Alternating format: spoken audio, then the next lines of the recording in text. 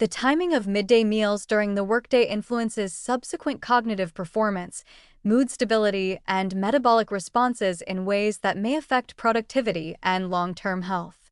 Within subject trials, manipulating lunch timing for office workers provide controlled insights into these temporal effects.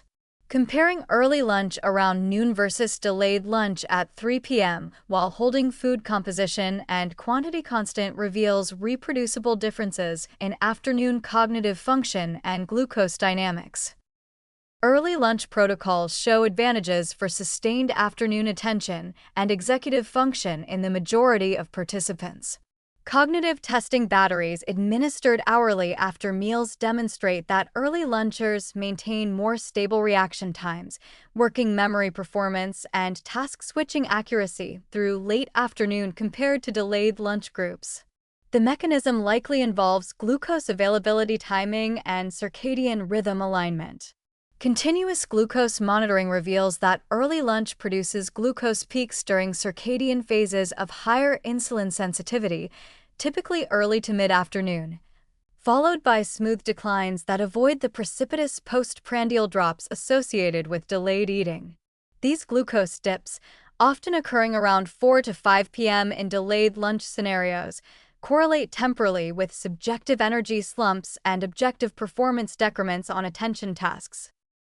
However, individual variability moderates these patterns substantially. Approximately 25 to 30% of participants, particularly those with evening chronotypes or habitually late meal timing, report greater hunger and distraction with early lunch protocols and show less pronounced cognitive benefits.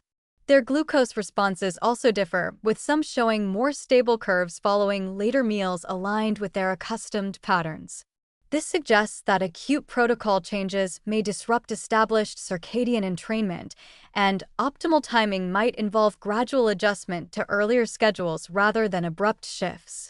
Subjective productivity ratings show only weak concordance with objective cognitive measures, indicating that perceived performance differs from actual performance and that individuals vary in awareness of their own cognitive fluctuations across the day.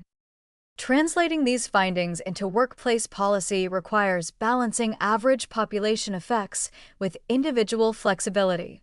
Organizations interested in optimizing employee cognitive performance might encourage earlier meal timing while providing education about the glucose-cognition connection and circadian factors.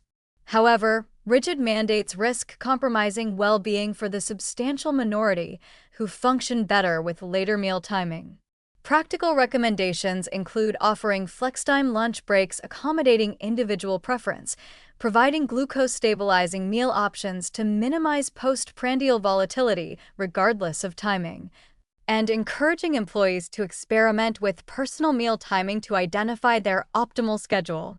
The economic implications of even modest productivity improvements across large workforces justify serious consideration of meal timing in workplace wellness programs. But implementation should emphasize personalization and autonomy rather than one-size-fits-all scheduling mandates. Future research incorporating larger samples, diverse work environments, and longer follow-up will clarify whether acute timing effects accumulate into meaningful long-term productivity and health outcomes.